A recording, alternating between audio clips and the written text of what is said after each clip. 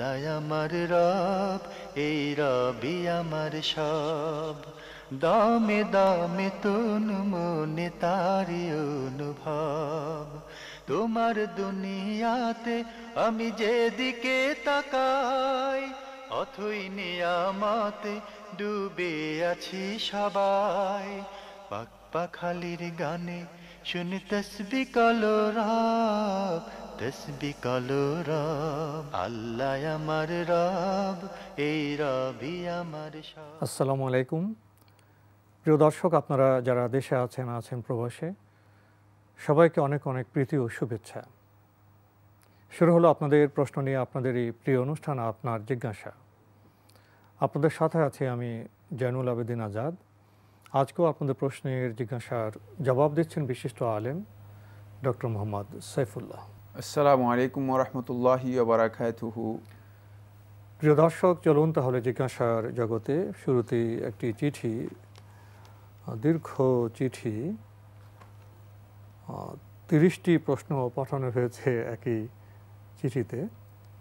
আর এই দীর্ঘ চিঠি পাঠিয়েছেন আঞ্জুমানারা, দারুসালাম, মিরপুর, ঢাকা। এবং চিঠির শেষে আপনি একটি কথা লিখেছেন যে চিঠির এই পৃষ্ঠায় আমার বাচ্চা হঠাৎ কলম দিয়ে আঁকাআঁকি শুরু করেছে। এই চিঠিটা লিখতে আমার 2 মাস সময় লেগেছে, তাই নতুন করে না লিখে এই অবস্থায় চিঠিটা পাঠালাম। দয়া করে কিছু মনে করবেন না। না বোন, এখানে তো মনে করার কিছু নেই। শিশুপুত্র আপনার লেখায় আঁকিউঁকি করে মমতা জড়িয়ে দিয়েছেন এবং আমরাও সেই মমতার স্পর্শ পেয়েছি। চিঠিপত্রের এই কঠিন সময়ে আমরা বোধহয় একটু বিনোদন পেলাম। আপনার চিঠিতে আপনার সন্তান, শিশু সন্তান আঁকিবুকি করেছে। এটা তো জীবনের অংশ। ইসলাম সম্পর্কে জানলে আমরা উপলব্ধি করব এই বিষয়গুলোকে ইসলাম প্রশ্রয় দিয়েছে। তাই আমাদের মনে করার কিছু নেই এবং আপনিও সংকোচ পাওয়ার কিছু নেই। তো আপনার শেষের কথা দিয়ে শুরু করলাম, এবার আবার শুরুতে যাই, আপনার প্রশ্নে যাই। এখানে আবার আপনি লিখেছেন দয়া করে 18 নম্বর প্রশ্নের উত্তরটা আগে দেবেন। তো আপনার 30টি প্রশ্নের মধ্যে নিশ্চয়ই 18 নম্বর প্রশ্ন আপনার জন্য খুবই প্রাসঙ্গিক। আপনি এখানে এই প্রশ্নে লিখেছেন, রোজার পরে যে 6 রোজা, সে রোজা কি একসাথে 6টা করব নাকি 2 অথবা 3টা করে মাঝখানে একদিন ভেঙে তারপর আবার করব? এটা তো নফল রোজা। অনেকে বলেন নফল ইবাদত করতে হলে স্বামীর অনুমতি নিতে হয়। এটা কতখানি হাদিস সম্মত? প্রথম কথা হচ্ছে সেটা হলো শাওয়ালের এই 6 রোজা একসাথেও রাখা জায়েজ, বেঙ্গে বেঙ্গে রাখাও জায়েজ। সেটা একটা রাখে আরেকটা ভাঙলেন, আরেকটা রাখলেন, এভাবেও জায়েজ। আবার 2টা রাখলেন, 3টা রাখলেন, তারপরে ভাঙলেন, এটাও জায়েজ। অর্থাৎ এর জন্য শর্ত নয় যে শাওয়ালের এই 6 রোজা আপনি মানে একাধারেই রাখতে হবে, এটা শর্ত নয়। কিন্তু আপনি যদি শাওয়ালের এই 6 রোজা একসাথে রাখেন, সেটা আপনার জন্য জায়েজ রয়েছে, না জায়েজ নয়। সুতরাং আপনি শাওয়ালের রোজাকে ব্যঙ্গ রাখতে পারেন, একসাথে রাখতে পারেন। বাকি রয়ে গেছে একটি মাসআলা, সেটি হচ্ছে এই নফল সিয়ামের ক্ষেত্রে স্বামীর অনুমোদনের বিষয়টি। মানে হ্যাঁ, এটি সত্য কথা। সেটা হলো এই মানে স্বামীকে ইনফর্ম করে রাখাটাই ভালো নফল সিয়ামের ক্ষেত্রে। মানে স্বামীকে যে আমি আগামীকাল সিয়াম পালন করব, যাতে করে তিনি এটা বুঝতে পারেন যে আপনি সিয়াম পালন করছেন। ফলে মানে তিনি মানে কোনো কারণেই মানে যেন আপনাকে কোনো বিষয়ে তিনি যদি প্রয়োজন মনে করতেন, তাহলে হয়তো আপনাকে তিনি সেখানে আর চাপ সৃষ্টি না করেন। এই জন্য মানে যাতে করে তারও সেটা নলেজের মধ্যে থাকে, এই জন্য তার কাছে মানে সেটাকে ইনফর্ম করা, এটা মানে সুন্নাহ এবং এটাই বিধান, যাতে করে মানে পরস্পরের মধ্যে একটা সমঝোতা থাকে। আর একই ফ্যামিলির মধ্যে থাকলে এটা স্বাভাবিক বিষয় যে যাতে কোনো বিব্রতকর অবস্থা সৃষ্টি না হয়। মানে স্বামী এবং স্ত্রী দুজনেই মানে জানলেন, বুঝলেন, পরস্পর বিষয়গুলো শেয়ার করাটা, এটা মানে অনুমতি বলতে যে এখানে দরখাস্ত দিতে হবে স্বামীর কাছে, তারপরে স্বামী অনুমতি দিবেন, হ্যাঁ তোমাকে অনুমতি দেওয়া হলো নফল সিয়াম পালন করার জন্য। ব্যাপারটি এমন নয়, বরং এটা খুবই ইজি ব্যাপার। সেটা হচ্ছে জাস্ট আপনি আগামীকাল সিয়াম পালন করবেন এ বিষয়ে ইনফর্ম করা, যাতে করে মানে তিনিও কোনো কারণে কোনো সমস্যার মধ্যে না পড়েন, মানে এবং সেখানে ক্ষতি না হয়। আপনার প্রথম প্রশ্নটি এরকম মাইশা, আয়েশা, মারিয়া, মুনিয়া এসব নামের অর্থগুলো বললে খুব ভালো হতো। নামের অর্থ তো আমরা এই প্রোগ্রামের মধ্যে বলবো না, তবে যে নামগুলো আপনি উচ্চারণ করেছেন সেগুলো নাম, শুদ্ধ নাম, গ্রহণযোগ্য নাম, এগুলো নামকরণ করা জায়েজ রয়েছে, নাম রাখা জায়েজ রয়েছে। বাকি এই নামের অর্থ আপনি অর্থের এই সমস্ত বই পাওয়া যায়, এমনকি আপনি যদি মানে নামটা লিখে গুগল সার্চে আপনি ট্রান্সলেটে যান, সেখানেও দেখবেন যে আপনাকে নামের অর্থ বলে দিয়েছে। সুতরাং এর জন্য আমরা আসলে মানে নামের অর্থ বলে সময় নষ্ট করতে চাই না, এই জন্য এই শব্দগুলো নাম হিসেবে গ্রহণযোগ্য হতে পারে। আপনি লিখেছেন, আমার বাচ্চা হাঁটতে পারে তাই সারা ঘর হাঁটে, খেলে আর যেখানে সেখানে পেশাব করে, অনেক সময় নামাজের জায়গায় পেশাব করে, শুকনো কাপড় দিয়ে মুছে সেখানে জায়নামাজ বিছিয়ে নামাজ পড়ি, এতে কি নামাজ হয়? হ্যাঁ, নামাজ হয়ে যাবে। যদি জায়নামাজ বিছিয়ে সলাত আদায় করে থাকেন মুছার পরে, তাহলে এখানে সলাত হয়ে যাবে। তবে উত্তম হচ্ছে যেটা, সেটা হলো পেশাব যদি করে তাহলে মানে ভিজা কাপড় দিয়ে মুছে ফেলা, পানি দিয়ে মুছা, এটা সবচেয়ে উত্তম। তাহলে এখানে পরিপূর্ণ তাহারাত হাসিল হয়ে যাবে, পরিপূর্ণ তাহারাত হাসিল হয়ে যাবে। তাহলে আপনি জায়নামাজ না দিলেও আপনি এখানে সলাত আদায় করতে কোনো ধরনের অসুবিধা নেই, আপনার সলাত হয়ে যাবে। কিন্তু যেহেতু আপনি জায়নামাজ দিয়ে সলাত আদায় করতে চান, তাহলে আপনার এখানে সলাত হয়ে যাবে। লিখেছেন, নামাজে দাঁড়ালে সামনে এসে বসে থাকে, শুয়ে থাকে, সেজদা দেওয়ার সময় দুই হাত দিয়ে সরিয়ে তারপর সেজদা দিই, এতে করে নামাজ হয় কি? সেজদা দিলে অনেক সময় ঘাড়ে বসে থাকে, তখন সেজদা একটু বেশি পড়ি, আর সব সময় 3 বার পড়ি, তাহলে সেই নামাজটা হয় কি? শেষ বৈঠকে বসলে কোলে বসে পড়ে, যার ফলে নামাজের মনটা অনেক সময় স্থির থাকে না। বাসায় কেউ না থাকলে এভাবে নামাজ পড়ি, এই নামাজ কি আল্লাহ কবুল করবেন? আল্লাহ সুবহানাহু ওয়া তাআলা আল্লাহর বান্দাদেরকে দেখেন, আল্লাহর বান্দাদের সকল কিছুই দেখেন। সুতরাং আল্লাহ রাব্বুল আলামিন বান্দাদের ইবাদত কবুল করবেন, এটাই স্বাভাবিক বিষয়। বান্দা যদি সত্যিকার ইখলাসের সাথে নবী সাল্লাল্লাহু আলাইহি ওয়াসাল্লামের দেখানো যে তরিকা রয়েছে সেই তরিকা অনুসরণ করে সালাত আদায় করে থাকেন, তাহলে সালাত হয়ে যাবে। আপনি যেই মানে প্রবলেমগুলো বলেছেন, যেটাকে আপনি খুব মানে সমস্যা হিসেবে অনেকটা চিহ্নিত করার জন্য চেয়েছেন, এগুলো আসলে কোনো সমস্যাই না, স্বাভাবিক। এগুলো একেবারে নবী সাল্লাল্লাহু আলাইহি ওয়াসাল্লামের নামাজ পড়ার সময় কি তার নাতিরা তার ঘাড়ে চড়েনি? আপনি যে অবস্থায় পড়েছেন এরকম অবস্থা নবী সাল্লাল্লাহু আলাইহি ওয়াসাল্লাম পড়েছেন, কিন্তু এটা একদম বিব্রত হয়নি, সেভাবে নামাজ পড়েছেন। এখানে বিব্রত হওয়ার কিছুই নেই বা এখানে আশঙ্কা করার কিছুই নেই, এগুলো একেবারেই সঙ্গত বিষয়। আর বাচ্চারা এগুলো করবে, এটাই হচ্ছে স্বাভাবিক। সুতরাং এই স্বাভাবিক জিনিসগুলোকে স্বাভাবিকভাবে নিয়ে সালাত আদায় করুন, এতে সালাত হয়ে যাবে, সালাত নষ্ট হওয়ার কিছুই নেই। বাচ্চাকে কোলে নিয়ে তো নামাজ পড়তে পারবেন। বাচ্চা কোলে নিয়ে সালাত আদায় করা যায়, বাচ্চাকে গাড়ি নিয়েও সালাত আদায় করা যায়। তারপরে বাচ্চাকে যদি বাচ্চা কাঁদে, তখন বাচ্চাকে আবার মানে কোলে নিয়ে সে সালাত আদায় করা যায়। তার মানে বাচ্চা যদি গাড়ির উপর বসে, তখন আপনি যদি কোনো কারণে সিজদা দেরি করেন, এটাও নাজায়েজ নয়, নবী সাল্লাল্লাহু আলাইহি ওয়াসাল্লাম হাদিস দ্বারা সাব্যস্ত হয়েছে। রাগা যাবে না, না, বাচ্চাদের সাথে বিধান নেই, বাচ্চাদের সাথে ওই বিধান নেই যে মানে বাচ্চার কারণে সালাত লঙ্ঘন হয়ে গেল, না, ব্যাপারটি এমন কিছুই হবে না ইনশাআল্লাহ। আপনি আরো লিখেছেন, নামাজের ভিতর অনেক সময় অজু ভেঙে যায়, তখন কি পুনরায় অজু করে প্রথম থেকে নামাজ পড়ব, নাকি যেখানে এসে অজু ভেঙেছে সেখান থেকে পড়ব? অনেক সময় নামাজের ভিতর প্রকৃতি ডাক এসে যায়, তখন অজু করে এসে আবার প্রথম থেকে নামাজ পড়ি, এটা কি ভুল না ঠিক আছে? আপনার তৃতীয় প্রশ্ন, যেটা মানে যে প্রশ্নটি করেছেন, সেই প্রশ্নটি আসলে মানে একটু ভিন্ন প্রকৃতির। সেটা হচ্ছে এই সলাতের মধ্যে কোনো কারণে যদি মানে অজু নষ্ট হয়ে যায়, তাহলে আপনি কিভাবে করবেন? কিন্তু সেখানে এর সাথে জড়িয়ে দিয়েছেন আরেকটি মাসআলা, সেটা হলো সলাতের মধ্যে যে মানে প্রকৃতির মানে অন্য বিষয়, সেটা একটা ভিন্ন বিষয়। সলাত এর মধ্যে কিন্তু আমাদের খেয়াল রাখতে হবে যে যদি কারো মানে পেশাব পায়খানার মতো চাপ থাকে, তাহলে কিন্তু তিনি উত্তম হচ্ছে আগে পেশাব পায়খানার এই কাজটি শেষ করে তিনি মূলত সলাতে অংশগ্রহণ করবেন। আর এটা কিন্তু এই চাপ নিয়ে নামাজ পড়তে ঠিক হবে না, এই চাপ নিয়ে সলাত আদায় করা মাকরুহ, অপছন্দনীয়।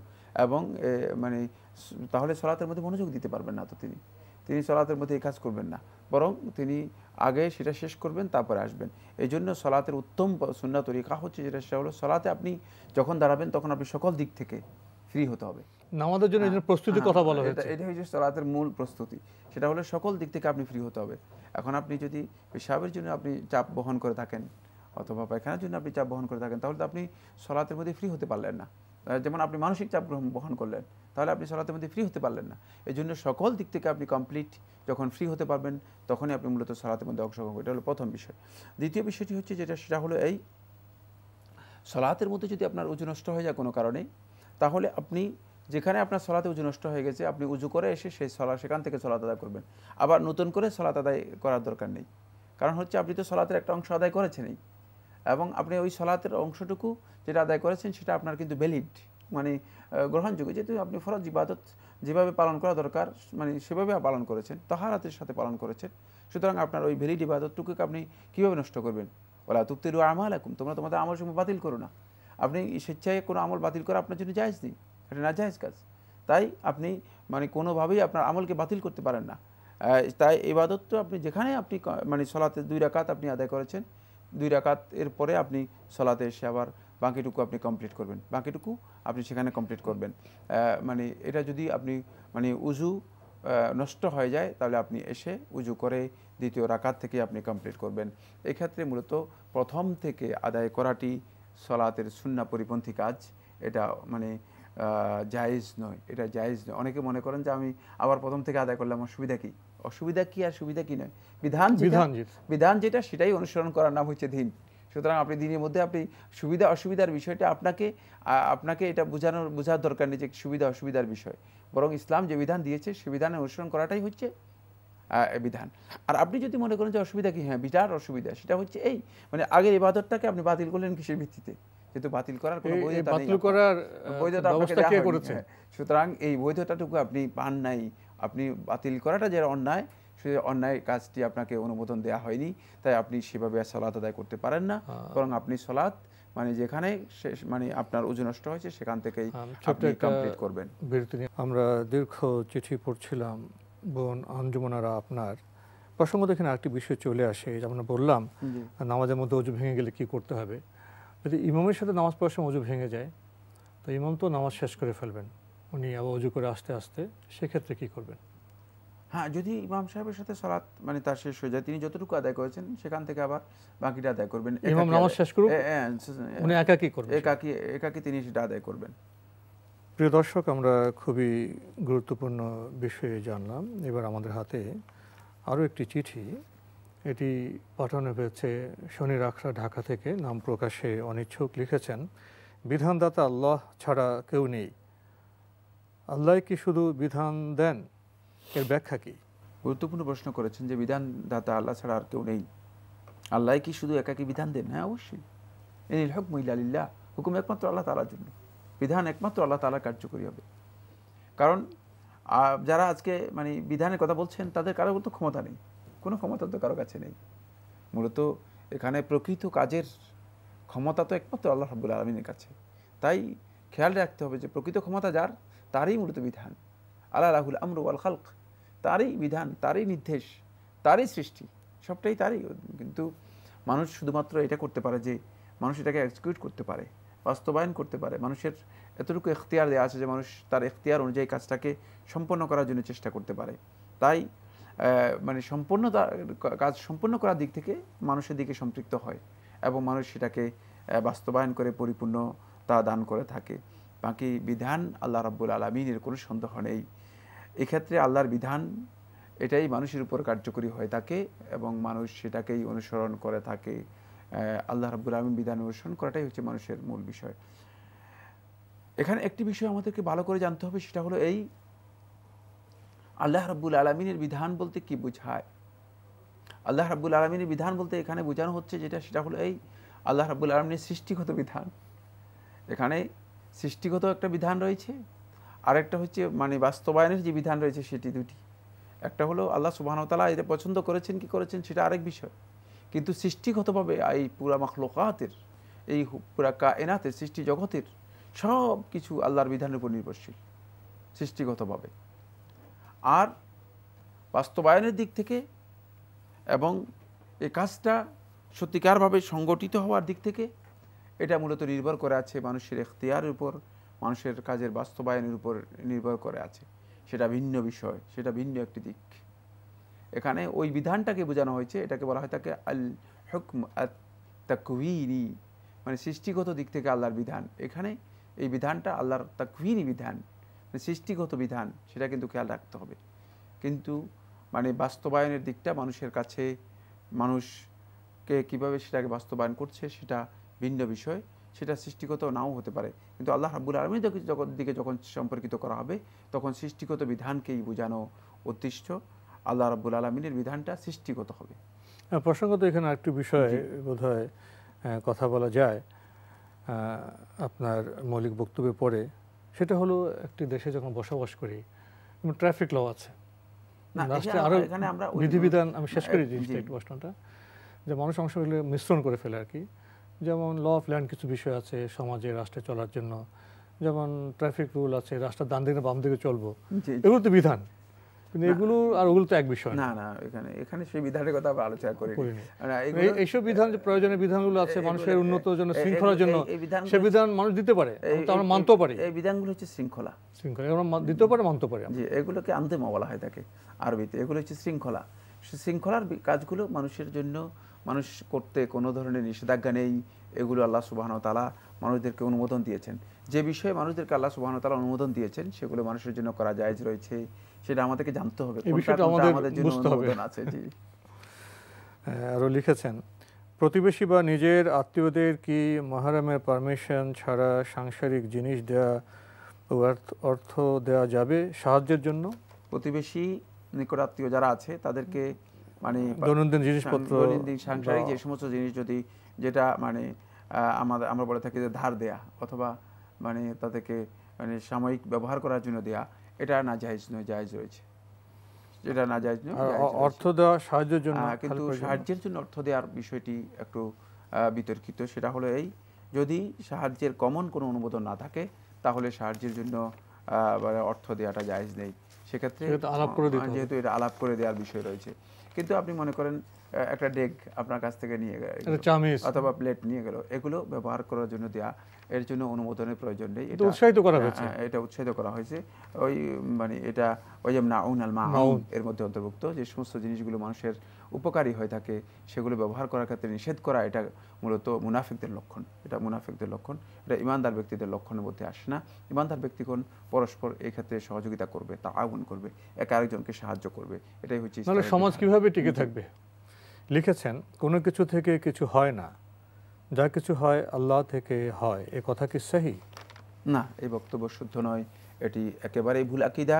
এটি বিভ্রান্ত জাবরিয়াদের আকীদা, বিভ্রান্ত জাবরিয়াদের আকীদা, যারা মনে করে থাকে যে মূলত আল্লাহ তাআলা মানুষদেরকে সৃষ্টি করেছেন পুতুল, যেমনি খুশি তেমনি নাচো, যেমনি নাচো তেমনি নাচে, পুতুলের কি দোষ, পুতুলের কি দোষ। জি, মানে তারা মনে করে থাকেন যে এটা মানে পুতুলের মধ্যে ওই খাঁচার ময়না, মানে এটা মনে হয় আটক করে রেখেছে এই আর কি। আল্লাহ তাআলা মানুষের ইচ্ছা শক্তি আছে, আল্লাহ তাআলা ক্ষমতা আছে না। মানুষের ইচ্ছা শক্তি মানুষদেরকে আল্লাহ তাআলা দিয়েছেন এবং এই কাজ ইচ্ছা শক্তির মাধ্যমে সে কাজ সম্পন্ন করার ক্ষমতাও দিয়েছেন। সুতরাং এই সবটাই তার দায়িত্বের মধ্যে অন্তর্ভুক্ত। এর জন্য তাকে অবশ্যই জবাবদিহি করতে হবে, অন্যথায় তো কিয়ামতের দিন জবাবদিহির প্রশ্নই আসে না। কিয়ামতের দিন আল্লাহ সুবহানাহু ওয়া তাআলা মানুষদেরকে কি জন্য জবাব নেবেন যদি আল্লাহ রাব্বুল আলামিন মানুষদেরকে যেমনি খুশি তেমনি রাচাও, এটা তো প্রশ্নই আসে না। এই সুতরাং এই ক্ষেত্রে মানে আমাদের জানতে হবে যে এই যে বক্তব্য, এটা বিভ্রান্ত জাবরিয়াদের আকীদা। ইমানদার ব্যক্তিদের আকীদা এমনটি নয়। ইমানদার ব্যক্তিদের আকীদা হচ্ছে আল ঈমানু কাউলুন ওয়া আমাল। ঈমান আপনার বক্তব্য এবং আপনার কাজ দুইটাকেই অন্তর্ভুক্ত করবে। তারপরে ইয়াজিদু বিত্তাআ, আনুগত্যের মাধ্যমে ঈমান বৃদ্ধি পাবে। ওয়ায়ানকুসু বিল মাসিয়া, অপরাধের মাধ্যমে ঈমান ঘাটতি হবে। সুতরাং মানে আপনার অপরাধ আপনার দিকে সম্পর্কিত হবে, আপনার আনুগত্য আপনার দিকে সম্পৃক্ত হবে। এটা ঈমানের সংজ্ঞা আমাদের মধ্যে। কিন্তু জাবরিয়ারা এটা মনে করে না। তারা মনে করে থাকে যে ঈমান হচ্ছে বান্দা মানে আল্লাহর প্রতি ঈমান আনবে, আল্লাহ তাআলা যাই করায় বান্দা তাই করবে। সুতরাং যা কিছু হয় সব কিছু আল্লাহর কাছ থেকে হয়, কিছুতে কিছুই হয় না। এই ধরনের বক্তব্য আমরা অনেক লোককে বলতে শুনি। এটা একেবারেই পথভ্রষ্ট বিভ্রান্ত আকীদা। ইসলামী আকীদার সাথে এর সামান্যতম কোনো সম্পর্ক নেই। আমাদেরকে অত্যন্ত কঠিনভাবে এখান থেকে সতর্ক হতে হবে। এই শব্দ কিন্তু আমরা অনেকের কাছ থেকে শুনি, তারা মনে করে থাকেন যে হয়তো এটা সহিহ আকীদা। মূলত এটা কোনোভাবেই সহিহ আকীদা নয়, এটা বিভ্রান্ত জবরিয়াদের আকীদা, খেয়াল রাখতে হবে। তো আজকে আমাদের এখানে শেষ করতে হচ্ছে। আপনাকে অনেক ধন্যবাদ। আপনাকে অবশ্যই ধন্যবাদ। যেমনি নাচাও তেমনি নাচি, পুতুলের কি দোষ। দায়িত্ব থেকে পালিয়ে যাওয়ার এই কৌশল ইসলাম সম্মত নয়। আমাদের আল্লাহ ইচ্ছা শক্তি দিয়েছেন, জ্ঞান দিয়েছেন, ভালো মন্দ বোঝার উপলব্ধি দিয়েছেন, সবচেয়ে বড় নিয়ামত আল কোরআন দিয়েছেন। সেই হাদিস আমাদের সামনে আছে, তার আলোকে আমরা জীবনকে সহজ, সুন্দর, সরল পথে আমরা পরিচালিত করব। আসলে এ বিষয়ে আমরা খুবই সচেতন থাকি। চিঠি লিখুন, প্রশ্ন পাঠান আমাদের ঠিকানায়। পরিচালক আপনার জিজ্ঞাসা, এনটিভি, বিএসসি ভবন, 7ম তলা, 102 কাজী নজরুল ইসলাম এভিনিউ, কারওয়ান বাজার, ঢাকা 1215। আপনারা ইমেল করতে পারেন। আমাদের ইমেল অ্যাড্রেস আপনার জিজ্ঞাসা @ntvbd.com। প্রিয় দর্শক, আপনারা আমাদের এই অনুষ্ঠানে এনটিভি অনলাইনেও দেখতে পারবেন। ভিজিট করুন www.ntvbd.com। দর্শক, আপনারা সবাই নিরাপদে থাকুন, থাকুন শান্তিতে। আসসালামু আলাইকুম। আমার রব, এই রবি আমার সব, দামে দামে তুন মনে তারি অনুভব। তোমার দুনিয়াতে আমি যেদিকে তাকাই, অথই নিয়ামতে ডুবে আছি সবাই।